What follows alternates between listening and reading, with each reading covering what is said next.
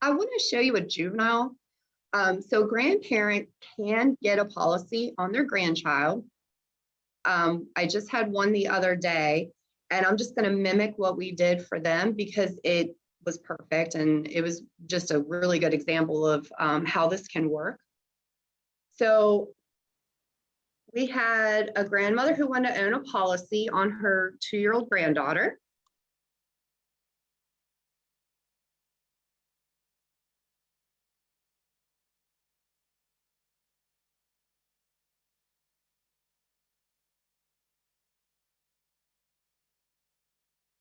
And her grandmother came to us and she said, okay, I have $5,000 for 10 years I'd like to put towards this policy, and then $3,000 for the next 10 years. So for our juvenile children, or I'm sorry, juvenile clients, we do have a juvenile rating. Our illustration at the age 20, they can automatically be bumped to a standard non-tobacco without any additional underwriting. We've had some cases where when the child has turned 20, they've decided to go ahead and get full underwriting because obviously at that age, they were very fortunate. They got super preferred. They can certainly do that. They would just have to go back through underwriting. We can still, keep the same policy. We're just going to improve that rating. Something else I like to just point out real quick about having a grandparent own a policy on their child, or even a parent, really. This is going to last their life.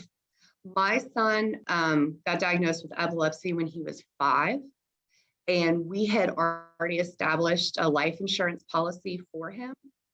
And the thing is because of that, he has living benefits, he has cash value, and as an adult, he would not be able to get that life insurance policy with those features.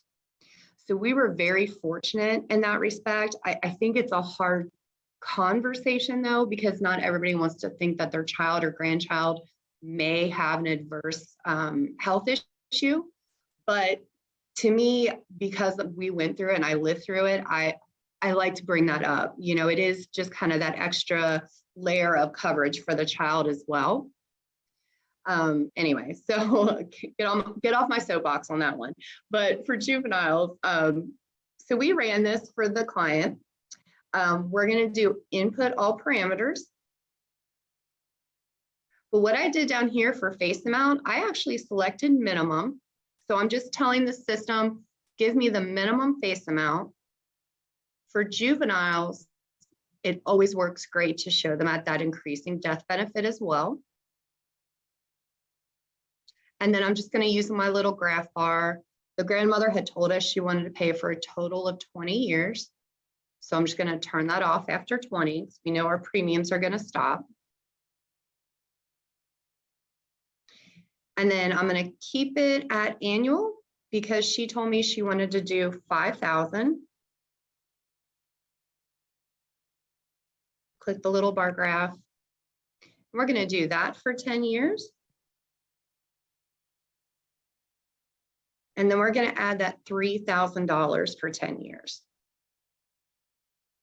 And then grandma said that was it. That's all we're going to put into this premium. So we're going to pay for 20 years. Keeping everything else the same. We don't change much on these. And then I'm going to look at values. So our 2-year-old with grandma putting in money, we're going to start around $215,000, increasing every year. You can see where we go from 5 to 3.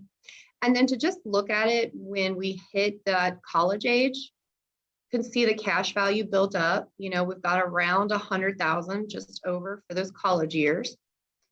But say she has a scholarship. Maybe she doesn't need it for college. Let's look at maybe when she's buying her first house. We've got almost 150 grand. And maybe she doesn't even need it for that. And she decides she's just going to keep it for retirement. So looking roughly at that retirement age, 65-ish, we're going to have almost $1.5 million in cash value in her policy. And that's just keeping it at standard, not even going with super preferred, paying for 20 years. And this was, a gift from her grandmother that she was able to keep and carry and, potentially help her through either college, starting a family, a new house, or maybe just keeping it for retirement.